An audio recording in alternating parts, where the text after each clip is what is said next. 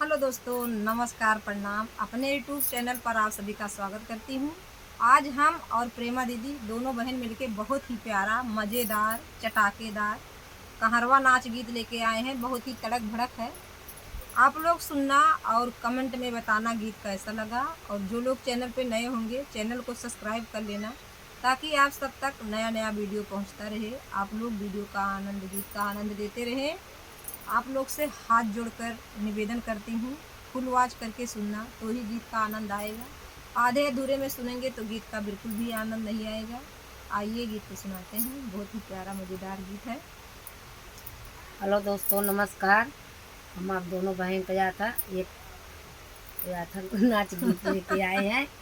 हम दोनों बहन गाने जा रहे हैं। कारहू नाच है, सुनने का और कमेंट में लिखने का दोस्तों कैसे गाना लगा, हम लोग को सपोर्ट करने का। हाथ जो बोल रही हूँ कि हम दोनों बहन का सपोर्ट करने का, आगे बढ़ाने का। चलब कैसे हो, चलब कैसे बालू रे तवा डगरिया, चलब कैसे बालू रे तवा डगरिया, चलब कैसे हे चलब कैसे हो, चलब कैसे बालू रे तवा डगरिया, चलब कैसे बालू रे तवा डगरिया, चलब कैसे सासु ननद में पानी भर पटवा, सासु ननद हम पानी भर पटवा, पानी भर पटवई हो, पानी भर पटवा। अरे टूटी गए रसारिया भरब कैसे, टूटी गए रसरिया भरब कैसे, बालू रे तवा डगरिया, चलब कैसे बालू रे तवा डगरिया, चलब कैसे हे चलब कैसे, हे चलब कैसे बालू रे तवा डगरिया, चलब कैसे बालू रे तवा डगरिया, चलब कैसे।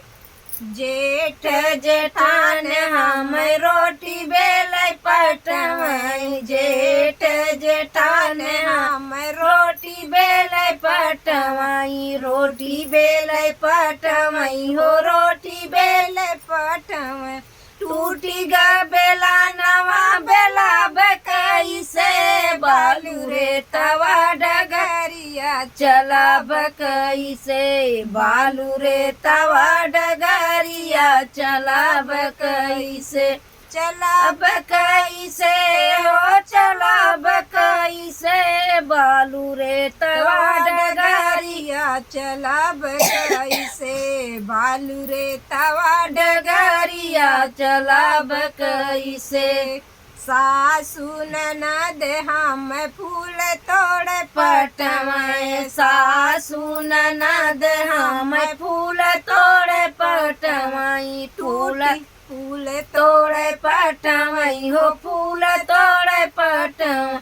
टूटी गए डलारिया तोड़ब कैसे, बालू रे तवा डगरिया, चलब कैसे बालू रे तवा डगरिया, चलब कैसे हे चलब कैसे, हे चलब कैसे बालू रे तवा डगरिया, चलब कैसे बालू रे तवा डगरिया, चलब कैसे।